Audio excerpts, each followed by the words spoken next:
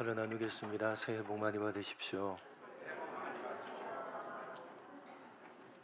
하나님을 예배하는 복된 주일입니다. 특별히 26년도를 시작하는 첫 번째 주일입니다.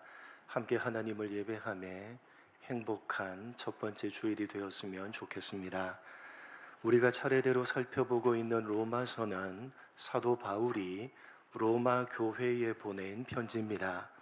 이 로마 교회는 오순절 성령 강림 사건 때 절기를 지키기 위해서 예루살렘을 방문했던 로마에 살고 있던 유대인들 가운데 일부가 베드로의 설교를 듣고 회심을 하고 로마로 돌아가서 설립했던 교회로 추정하고 있습니다.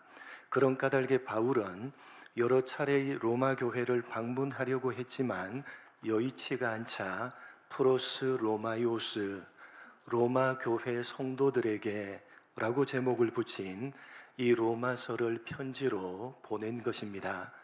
편지 서두에서 바울은 자신이 왜 그토록 로마 교회를 방문하고 싶었는지, 이렇게 편지를 써서 보내고 있는 까닭이 무엇 때문인지를 밝힙니다. 무엇 때문입니까?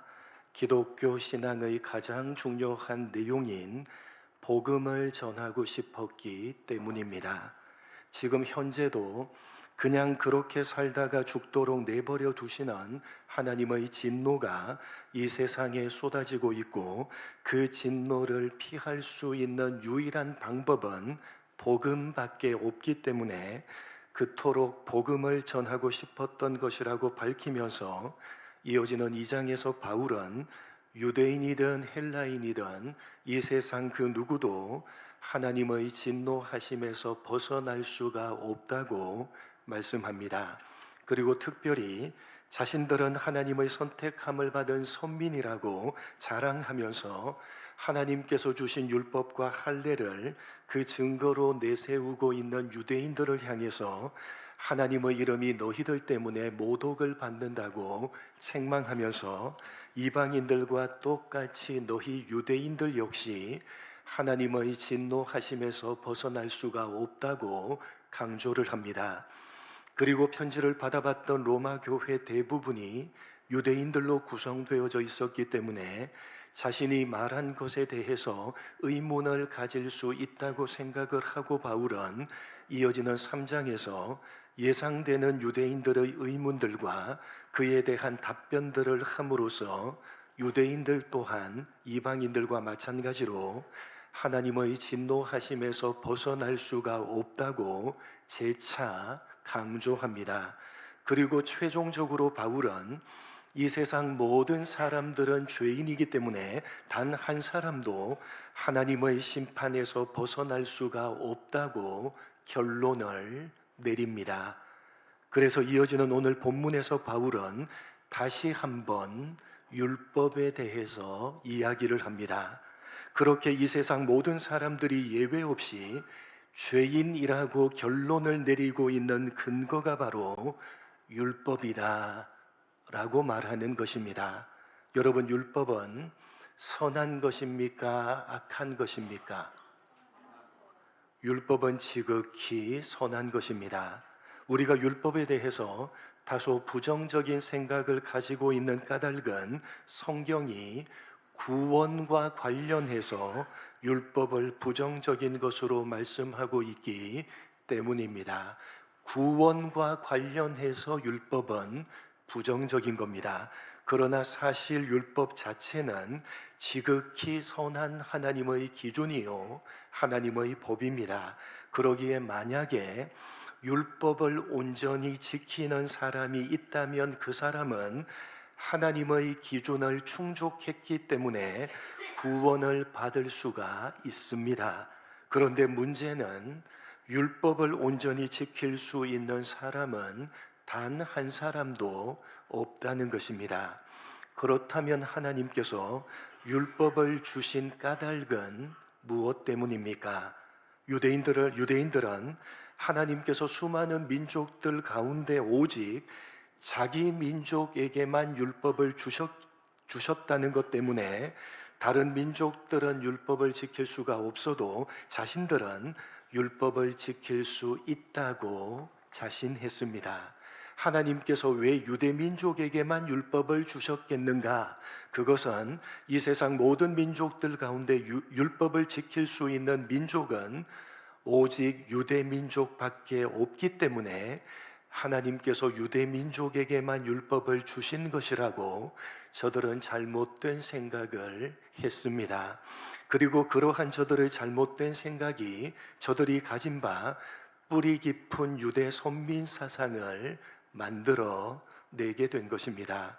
모든 민족들 가운데 하나님께서 오직 유대 민족만을 선택하셨는데 그 이유는 택하실 만한 자격을 갖춘 뛰어난 민족이기 때문이라는 것입니다.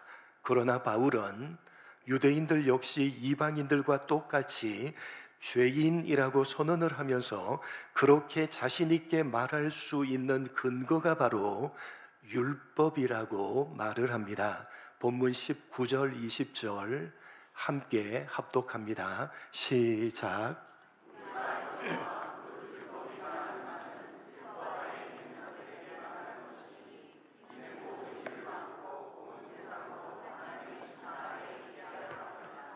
그러므로 율법의 행위로 그의 앞에 의롭다 하심을 얻을 육체가 없나니 율법으로는 죄를 깨달음이니라. 말씀드렸듯이 유대인들은 하나님께서 자기들에게 율법을 주신 이유가 많은 민족들 가운데 오직 유대 민족만 율법을 지킬 수가 있기 때문이라고 생각을 하지만 그것은 저들의 착각입니다. 바울이 말하고 있듯이 하나님께서 유대 민족에게 율법을 주신 것은 그것을 통해서 저들 유대 민족뿐만 아니라 세상 모든 사람들이 자신들의 죄를 깨닫게 해서 모든 입을 막고 온 세상이 하나님의 심판 아래에 있게 하기 위해서입니다. 이해를 돕기 위해서 여러분, 요한복음 5장에 나오는 베데스다 연못가에 있던 38년 된 병자를 한번 생각해 보시기 바랍니다. 그 베데스다 연못에는 가끔 천사가 내려와서 물을 움직이게 했는데 그때 제일 먼저 들어가는 사람은 어떤 병이든지 다 나았습니다. 아마도 그 연못은 간혹 가다가 지하 밑바닥에서 뜨거운 가스나 물이 솟구쳐 오르는 일종의 온천인 간헐천이었는데 그 당시 사람들이 그것을 천사가 내려와서 물을 움직이는 것으로 믿었던 것 같습니다. 따뜻한 온천에는 유황, 마그네슘, 칼슘 등 성분으로 인해서 일정 부분 병을 치료하는 효과를 가지고 있습니다. 그래서 고대 사회에서 온천수는 병을 치료하는 중요한 수단이었기 때문에 당시 사람들은 간헐천이었던 베데스다 연못을 향해서 천사가 내려와서 물을 움직일 때 제일 먼저 들어가면 어떤 병이든지 낫게 된다는 미신적인 믿음을 가지고 있었던 것입니다. 그런데 진짜 중요한 것은 그 연못이 병을 고칠 수 있느냐 아니냐를 떠나서 그 연못가에 있었던 38년 된 병자의 상태입니다. 서로 그 연못이 병을 고치는 신통한 능력을 가지고 있다고 할지라도 38년 된 병자는 스스로의 힘으로는 그 연못으로 절대로 들어갈 수가 없다는 것이 중요한 것입니다. 병을 고치려면 조건이 있습니다. 어떤 조건입니까? 물이 움직일 때 제일 먼저 연못으로 들어가야 되는 것입니다. 그런데 38년 동안 자리에 누워 있었던 병자는 스스로는 움직일 수가 없는 상태에 있기 때문에 물이 움직일 때 제일 먼저 들어가야 하는 그 조건을 절대로 지킬 수가 없습니다. 불가능합니다. 그러니까 베데스다 연못은 악한 것이 아니라 선한 것입니다. 일정 부분 치료 효과가 있는 선한 것이지만 그 선한 것을 내 것으로 만들어낼 수 있는 조건은 물이 움직일 때 제일 먼저 물에 들어가는 것입니다. 그런데 전혀 움직일 수가 없기 때문에 38년 된 병자는 스스로의 힘으로는 베데스다의 조건을 만족시켜서 그 선한 것을 내 것으로 취할 수가 없는 것입니다. 불가능합니다. 다시 말해서 베데스다 연못은 38년 된 병자에게 그가 자기 스스로의 힘으로는 절대로 고칠 수가 없는 병자라는 사실을 명확하게 확인시켜주는 도구인 것입니다. 말하자면 율법이 그렇다는 것입니다. 여러분, 율법은 지극히 선한 하나님의 기준이요 하나님의 법입니다. 그렇기 때문에 율법을 온전히 지킨다면 하나님의 기준을 통과해서 구원을 받을 수 있습니다. 그런데 문제는 이 세상 그 누구도 율법을 온전히 지켜야 하는 그 조건을 스스로의 힘으로는 충족시킬 수가 없는 것입니다. 마치 물이 움직일 때 제일 먼저 들어가야 하는 그 조건을 스스로의 힘으로는 절대로 지킬 수가 없었던 38년 된 병자처럼 이 세상 모든 사람은 율법을 온전히 지켜야 하는 그 조건을 스스로의 힘으로는 절대로 지킬 수가 없는 죄인인 것입니다. 여러분, 베데스다 연못 앞에서 38년 된 병자가 물이 움직일 때 제일 먼저 들어가기 위해서 애를 쓰고 노력을 하면 할수록 자신이 스스로의 힘으로는 아무것도 할 수 없는 병자라는 사실을 깨닫게 되듯이 율법을 온전히 지키려고 애를 쓰고 노력을 하면 할수록 우리는 우리 스스로의 힘으로는 아무것도 할 수 없는 죄인이라는 사실을 깨닫게 되는 것입니다. 베데스다 연못이 38년 된 병자에게 자신이 스스로의 힘으로는 아무것도 할 수가 없는 병자라는 사실을 분명하게 깨닫게 해주는 도구였듯이 율법은 우리 모두가 하나님의 심판 아래에 있는 죄인이라는 사실을 명확하게 깨닫게 해주는 도구인 것입니다. 그래서 여러분, 요한복음 5장의 베데스다 사건은 마지막으로 이렇게 마무리가 됩니다. 요한복음 5장 7절로 9절입니다. 한 절씩 교독합니다. 병자가 대답하되 주여 물이 움직일 때에 나를 못에 넣어주는 사람이 없어 내가 가는 동안에 다른 사람이 먼저 내려가나이다. 같이 읽겠습니다. 여러분, 베데스다 연못 앞에서 병자가 무엇이라고 말을 합니까? 나를 못에 넣어주는 사람이 없어서 내가 가는 동안에 다른 사람이 먼저 내려갑니다. 무슨 말입니까? 내 스스로의 힘으로는 아무것도 할 수가 없습니다. 그래서 방법은 단 한 가지밖에 없습니다. 누군가가 나를 위해서 대신 조건을 충족시켜 줘야 하는데 그렇게 해주는 사람이 없습니다. 율법 앞에서 이 세상 모든 사람이 하는 고백과 동일한 고백입니다. 내 스스로의 힘으로는 아무것도 할 수가 없는 죄인입니다. 그래서 방법은 단 한 가지밖에 없습니다. 누군가가 나를 위해서 대신 조건을 충족시켜 줘야 하는데 그렇게 해주는 사람이 아무도 없습니다. 그렇게 베데스다 연못 앞에서 울부짖는 그 38년 된 병자를 향해서 우리 구주 예수님께서 이렇게 말씀을 하셨습니다. 네 자리를 들고 걸어가라. 네가 스스로의 힘으로는 절대로 충족시킬 수가 없는 그 조건, 네가 스스로는 할 수 없기에 너를 위해서 그 누군가가 대신 해주는 것이 필요합니다 라고 부르짖었던 그것을 내가 너를 위해서 대신 해주겠다 말씀을 하셨습니다. 그리고 말씀하신 대로 주님께서는 아무 조건 없이 그 병자를 고쳐주십니다. 사도 바울은 그때 베데스다에서 일어났던 그 기적이 오늘날 우리들에게도 일어났다고 말씀을 하고 있습니다. 본문 21절, 22절 같이 읽겠습니다. 시작.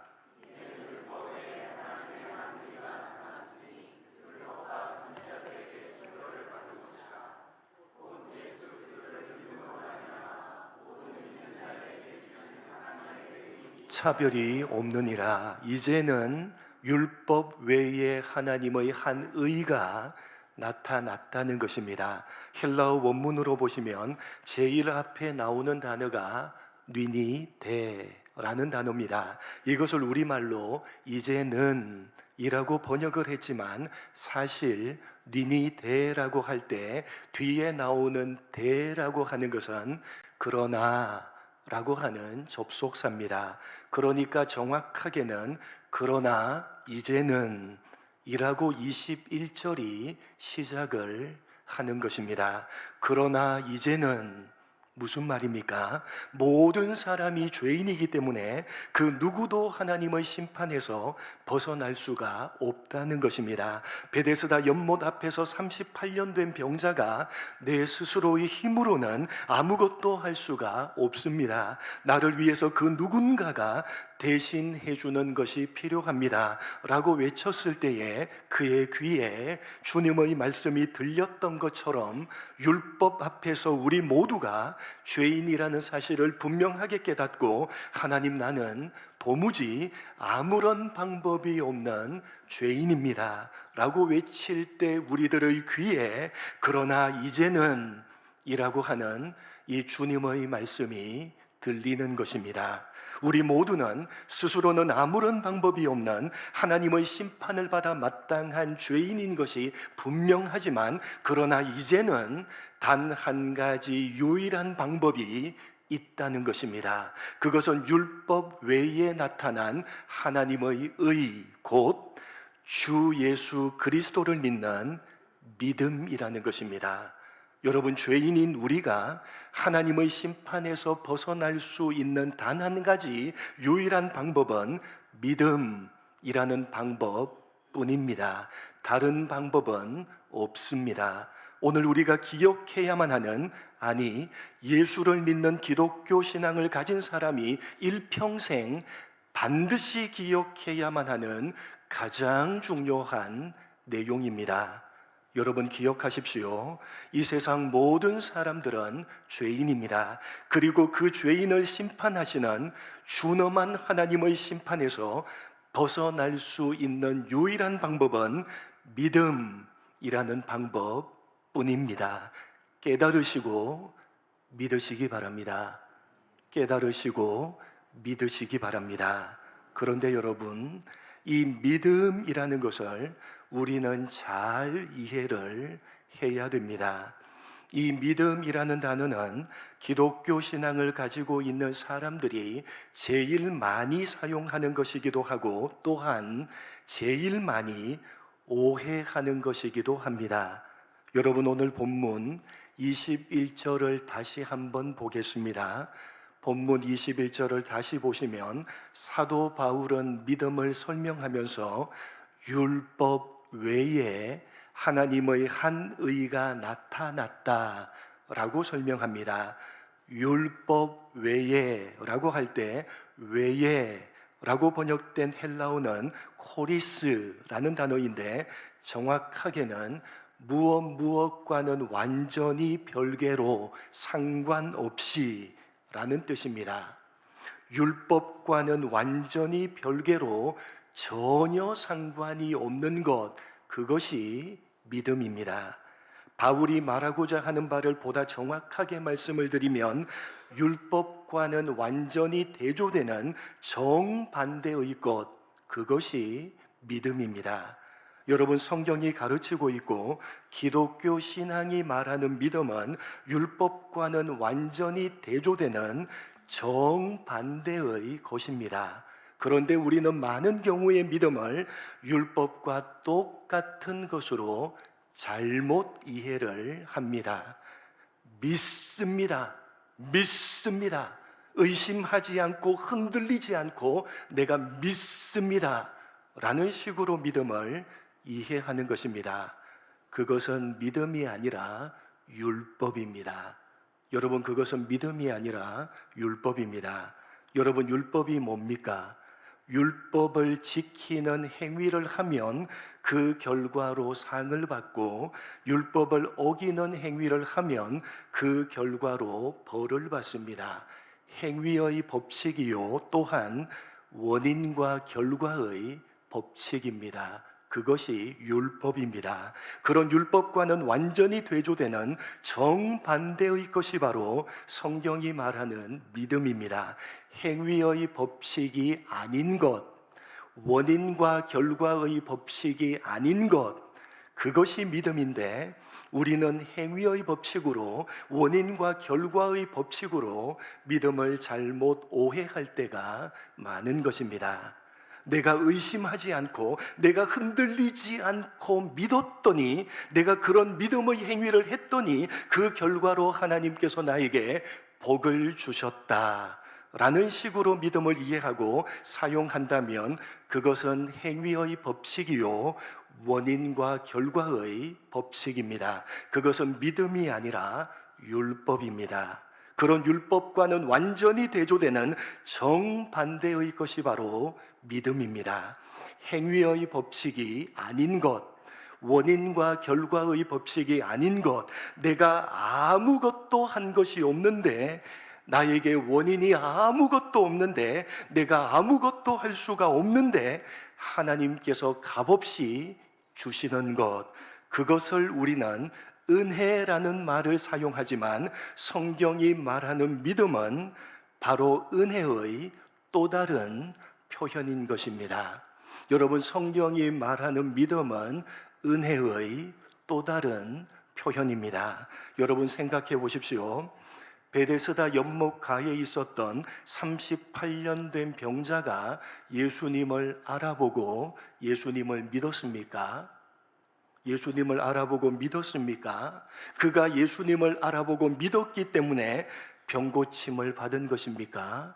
아니지 않습니까? 그는 오로지 스스로의 힘으로는 전혀 할 수가 없는 불가능한 조건을 제시하는 베데스다 연못만을 바라보고 있었습니다. 그런 그를 주님께서 친히 찾아가셨고 자기를 위해서 대신해 주는 사람이 아무도 없다고 불평하는, 아무런 자격이 없던 그를 주님께서 아무런 조건 없이 고쳐 주셨던 것입니다. 바로 그 믿음이 나타났다고, 그것은 율법과는 완전히 대조되는 정반대의 것이라고 오늘 바울이 로마 교회를 향해서, 그리고 우리들을 향해서 말씀하고 있는 것입니다.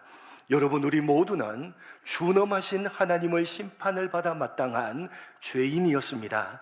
베데스다 연못가에 있었던 38년 된 병자였습니다. 스스로의 힘으로는 아무것도 할 수가 없는 불가능한 조건을 제시하는 그 베데스다 연못만을 바라보며 절망하고 있었던 우리에게, 그러나 이제는 우리 주님께서 친히 찾아오신 것입니다. 그리고 아무런 자격이 없는 우리를 아무런 조건 없이 고치시고 구원하사 하나님의 백성, 하나님의 자녀로 삼아 주신 것입니다.